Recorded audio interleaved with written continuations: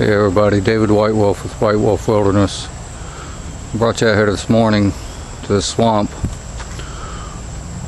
Actually, it's a cypress stand on the edge of the swamp, and it's got some water in it. We've had quite a bit of rain the last week or so, and I wanted to show you if I can find an old dead cypress here.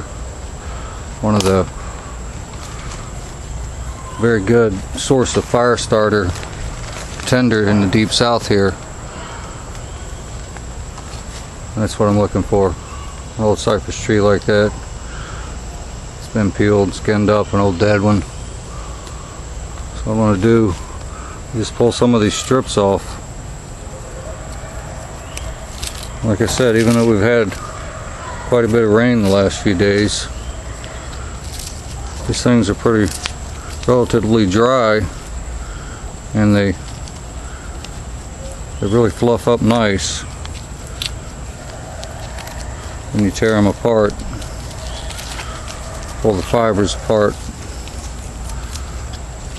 Cypress is one of those trees. It's not evergreen. It does drop its leaves, but it does have oil similar to the resinous trees, resinous evergreens. So this dry bark makes really good tinder. And I use it occasionally from time to time if I'm near a swamp or on the edge of a swamp.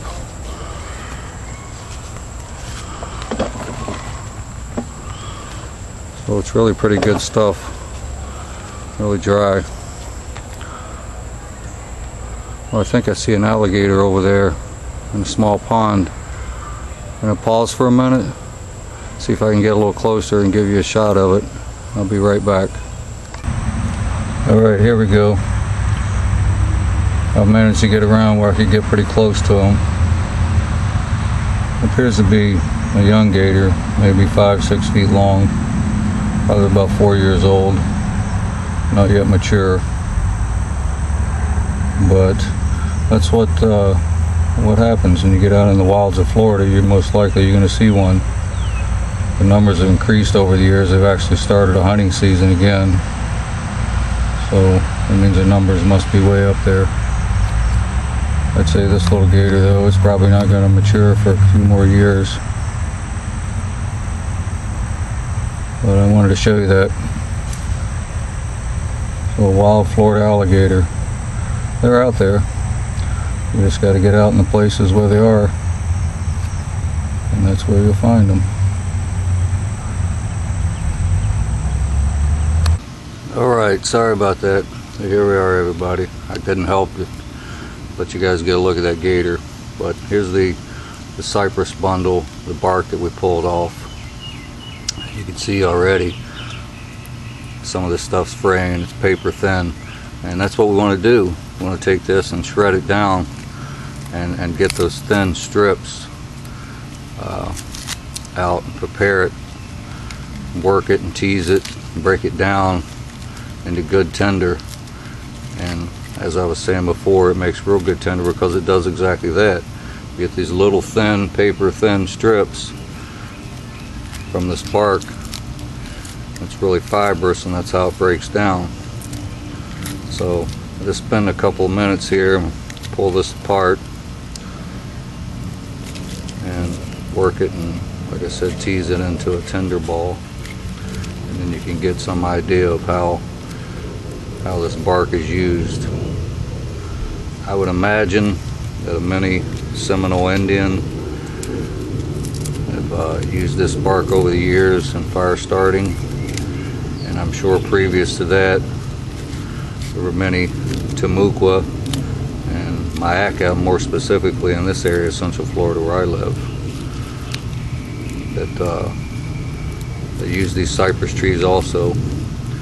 I know that the cypress was very important to them, and the fact that they made canoes from it. They made many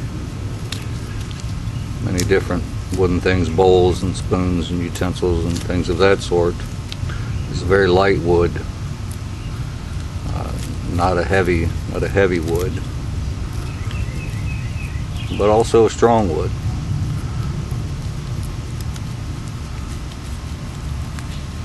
So we've about got enough broken down here that I think I can show you how to process this a little more.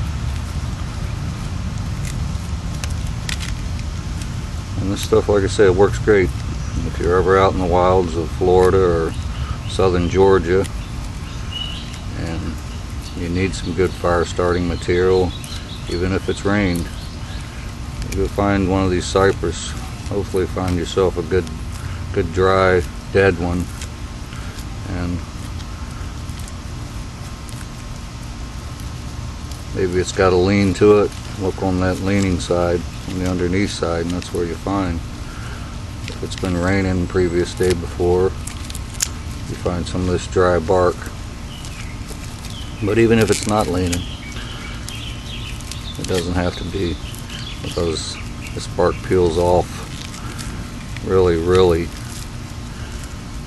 dry, especially when I showed you earlier how some of the bark was already pulled away. I think that's just a natural process. A lot of trees, they shed their bark, and I think cypress does the same thing. It sheds some of its bark, regrows new bark. You can see how I'm processing this. I'm just breaking it down, adding more air to the mixture by breaking this down into fluff. And that's exactly what it's doing. It's adding air between the fibers, which is, we all know, important, the oxygen in the fire. So there we go. That's exactly what I'm talking about. Now we have a nice little tinder ball. You see I've broken that down pretty fine, and that takes a spark really easy. I've used a magnifying lens to start this. You can use a ferrocerium rod. You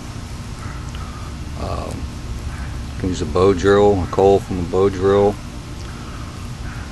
So there's a lot of ways. But a very good tinder. So I hope you enjoyed this video. And again, I wanted to share that with you. And if you're ever down this way, give it a try. Cypress bark. Another good example of Mother Nature's provision. So thanks for checking out the videos and all the support. This is David White Wolfe, White Wolfe Wilderness. And thanks again.